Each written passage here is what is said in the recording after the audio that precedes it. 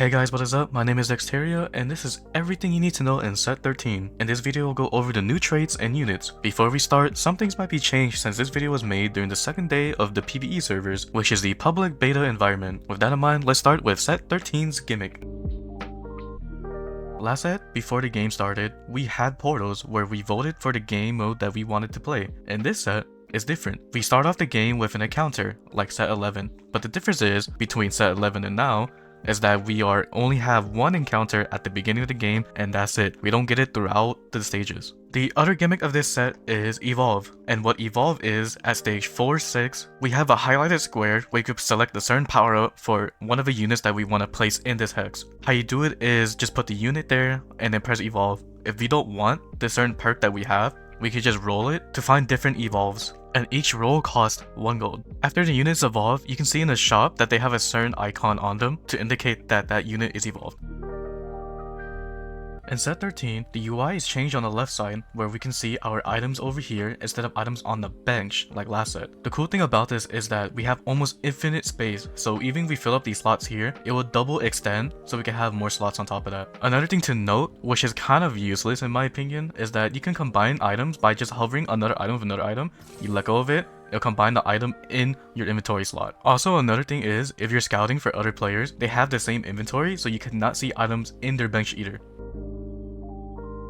For the traits and units, I'm not going to talk about all of them. I'm just going to talk about the unique ones that people don't really understand, or that we just don't know about because we didn't have in previous sets. Like for example, Sentinel, it's just armor and magic resist, or Bruiser, it's just health. So stuff like this is self-explanatory, or else this video will probably be like 20-30 minutes long, maybe longer than that. Academy is a trait where we get 3 random items and is random per game. For this example, we get in order Adaptive Helm, Deathblade, and Asher's Stew. So when we activate the trait, we get an Adaptive Helm here, and the item would look like this with the blue border. If there's that blue border one, that means the Academy trait is the one that made it, and whoever holds that item gains double the stats here. So instead of 2% is 4%, and if you have the exact item, which is another adaptive helm that's not sponsored item, that gains 2% bonus stats. So whoever holds a regular adaptive helm gains bonus stats, whoever has the sponsored one gains double the bonus stats. Black Rose is the summoner trait where we're able to summon Scion that helps us fight. Basically about it. On top of that, for every level that your Black Rose units are, even the one holding the emblems, it makes Scion even stronger. Cam Baron is a trait where it's basically like an economic trait where it shows a valve on the left side, and for every 100 stacks you're able to get a cash out. The bigger the stacks, the bigger the cash out. And you also gain unique items for Cam Baron. On top of that, if a unit has the Cam Baron emblem, they can also use the Cam Baron unique items. Conquer is another economic trait where you have to get kills or takedowns to gain stacks. In order to see the stacks, you see on the right side of your board, there's just a little totem that summons, and it keeps track of how many things you kills. And for each certain amount of numbers of kills that you get, you gain certain cash out rewards. To tell when you're gonna cash out, it shows like a little animation where it's gonna give you stuff the next turn, and it pops out red orbs, then you just pick it up and you get your loot. On top of that, Conquer units gain certain amount of stats. Emissary is only a trait where you can play 1 or 4. If you have 3 or 2, it does not work. So if you see here, it's activated right now with 1. If we have 2,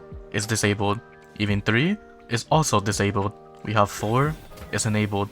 And the reason why you want to play all 4 is because each shift of the units actually give you something. Mbessa gives you armor magic resist, Garen gives you health for units on his left and right side, Nami grants bonus mana, and Tristana grants bonus attack speed. So it's actually pretty good to have all of them at the same time. So for example here, like Garen, when you move him around, you see the hexes, you just put units next to the hexes and they gain HP. Form Swapper is a trait where if you activate it, you gain bonus durability and bonus amplification. But the thing about it is, in order to use it for the units, you don't need to activate it. For example, for Swain, GP, Elise, and Jace, you don't need to activate the trait to do what I'm gonna show right now. So right now, Swain is currently a 4 hex backline unit that does certain damage in the backline, but if you put him in the front line, he becomes a tank that is 1 hex now. So basically, if you put these units in the front line, they become a tank. You put these units in the back line, they become a long range DPS.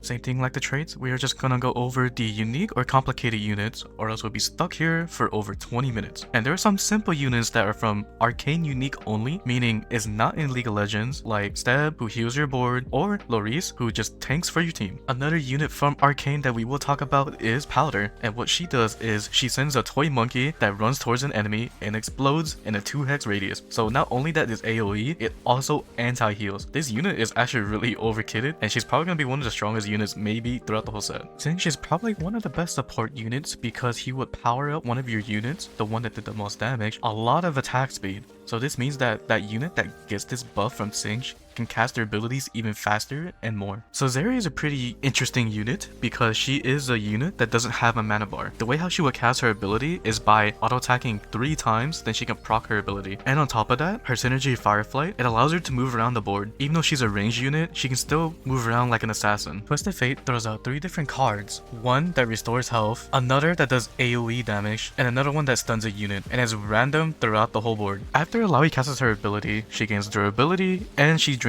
units' health. As you see the lasers around here, she's draining their health, and on top of that, she can slam on the ground to do extra damage around her. They finally brought back Silco this set, and what he does is he throws a nade that does damage, and he also summons some grubs that helps him fight. Basically about it, Caitlyn calls upon a ship that shoots down missiles, and these missiles reduce armor and magic resist. On top of that, she shoots her gun that shoots like sniper bullets out. For Rumble's trait, Junker King, after 3 turns, he's able to upgrade one of his abilities. As we see down here, you get 2 abilities that cost around 5 gold that you can upgrade, or you just get the free upgrade that only gives you like some sort of AP and health stats. So it's not bad to take it if you can't afford his 5 gold upgrade, but it's preferable to upgrade his abilities. When you throw Jace on the board, he summons a Hextech Forge, and depending what it does is depending where Jace is placed. Because he's a form swapper, if you put him in the front line, the Hextech Forge will give you shield. If you put him in the back line, his Forge will give you attack speed. Lastly, Savika. She has 3 different abilities, and how she's able to cast any of them is by playing a slot machine where you see above her HP bar, and depending on what she rolls is depending what her abilities come out. And that is the intro for set 13, or everything you need to know about set 13. If you have any questions, or if you're confused about this set, just let me know in the comment section down below. I'll try to answer to the best of my capabilities. Until then, I'll see you guys next time. Later.